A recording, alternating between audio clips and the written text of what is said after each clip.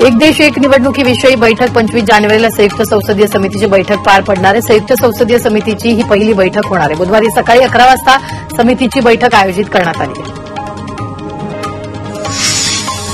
महायुतीच्या मंत्र्यांना दालनाचं वाटप करण्यात आलंय, त्यामुळे आता मंत्र्यांना पदभार स्वीकारण्याचा मार्ग मोकळा झालाय। मंगलप्रभात लोढा, पंकजा मुंडे, गुलाबराव पाटील, अतुल सावे यांच्यासह शंभूराज देसाई, नितेश राणे आणि आशिष शेलार यांना मुख्य इमारतीत दालन देण्यात आलंय, तर चंद्रशेखर बावनकुळे, राधाकृष्ण विखे पाटील, हसन मुश्रीफ, गिरीश महाजन, भरत गोगावलेंना विस्तारित इमारतीत दालन देण्यात आलेलं आहे।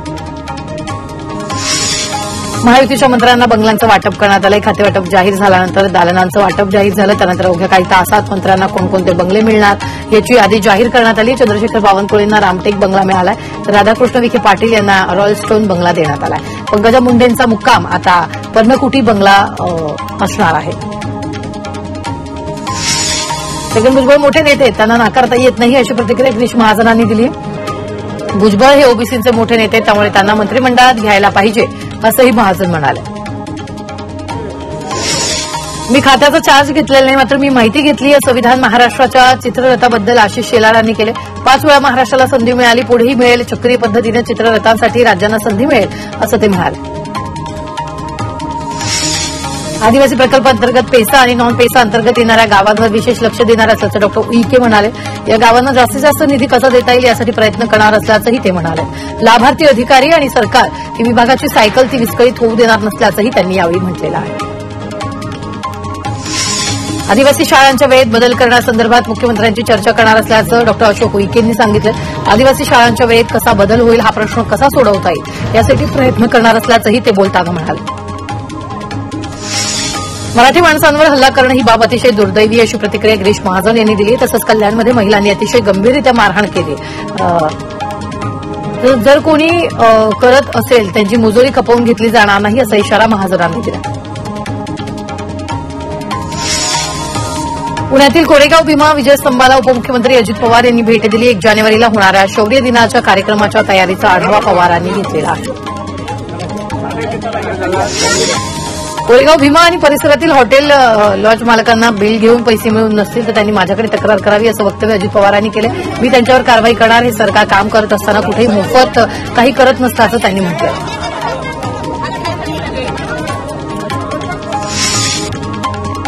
नाराजी ही एक भावना आहे, मात्र मंत्रिपद मिळालं नाही म्हणून जाहीरपणे नाराजी व्यक्त करू नये अशी प्रतिक्रिया मंत्री चंद्रकांत पाटील यांनी दिली। पालकमंत्रीपदाबाबत मुख्यमंत्री योग्य निर्णय घेतील असा विश्वासही त्यांनी यावेळी व्यक्त केला। आपल्या इच्छेवर कोणतं मंत्रिपद मिळत नाही तर वस्तुस्थितीवर सगळं असतं अशी प्रतिक्रिया चंद्रकांत पाटील यांनी दिली।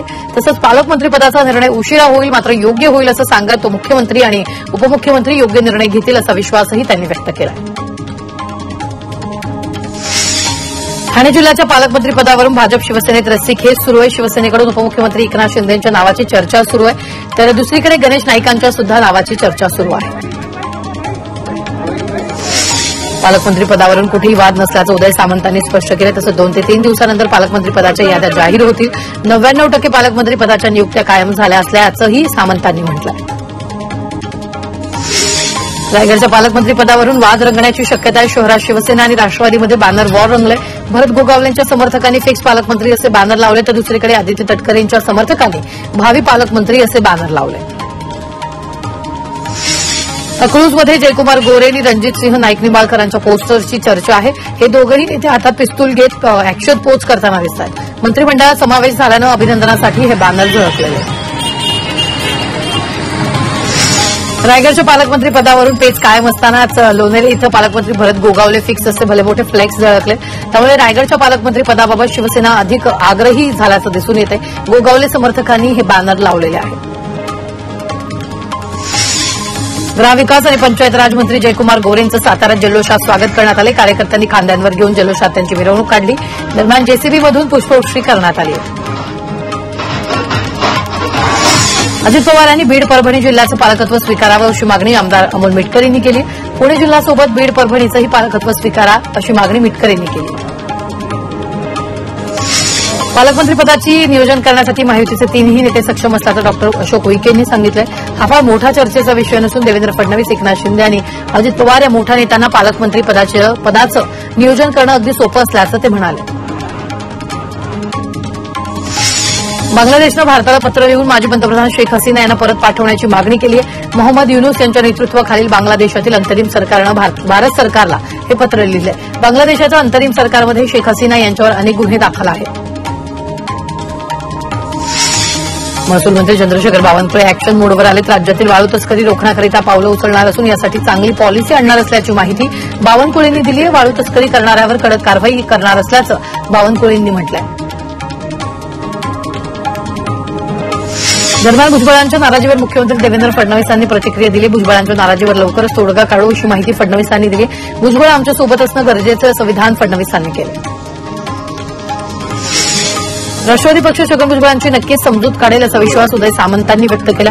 तसंच भुजबळ महायुतीचे नेतृत्व करण्यासाठी नक्की बाहेर पडतील अशीही प्रतिक्रिया यावेळी सामंतांनी दिली. छगन भुजबळ यांची नाराजी हा विषय माझा नसल्याचं अशोक उईकेंनी म्हटलंय. भुजबळ यांच्या नाराजीचा विषय हा मोठे नेते पाहतील असं यावेळी त्यांनी म्हटलेलं आहे.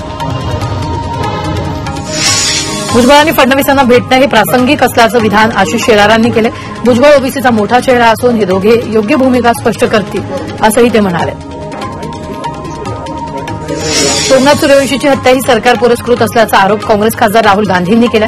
सूर्यवंशी दलित होते आणि संविधानाचं रक्षण करत होते म्हणून त्यांचा जीव घेतला असा आरोप करत राहुल गांधींनी ट्विट केला. राहुल गांधींचा परभणी दौरा म्हणजे राजकीय नौटंकी असल्याचा आरोप मंत्री संजय शिरसाट यांनी केला. राहुल गांधींनी परभणीत जाऊन संतोष देशमुखांच्या कुटुंबियांची भेट घेतली. यावर शिरसाट बोलत होते. राहुल गांधी लोकशाही पद्धतीनं मत मांडू शकतात, मात्र सर्वकष माहितीच्या अनुषंगानं मत मांडणं गरजेचं आहे असं वक्तव्य आशिष शेलारांनी केलं.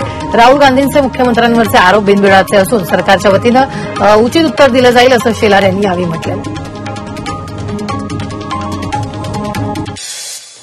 ज्येष्ठ दिग्दर्शक श्याम बेनेगल यांचं निधन झालं. वयाच्या 90व्या वर्षी त्यांची प्राणज्योत मालवली. सर्जनशील दिग्दर्शक काळाच्या पडद्याआड झाले. मुंबईतल्या घरी बेनेगल यांनी अखेरचा श्वास घेतला. क्रिकेटपटू विनोद कांबळी यांची प्रकृती बिघडली. विनोद कांबळे उपचारासाठी आकृती हॉस्पिटलमध्ये दाखल झाले. भिवंडीतील आकृती रुग्णालयात कांबळींवर उपचार सुरू आहेत.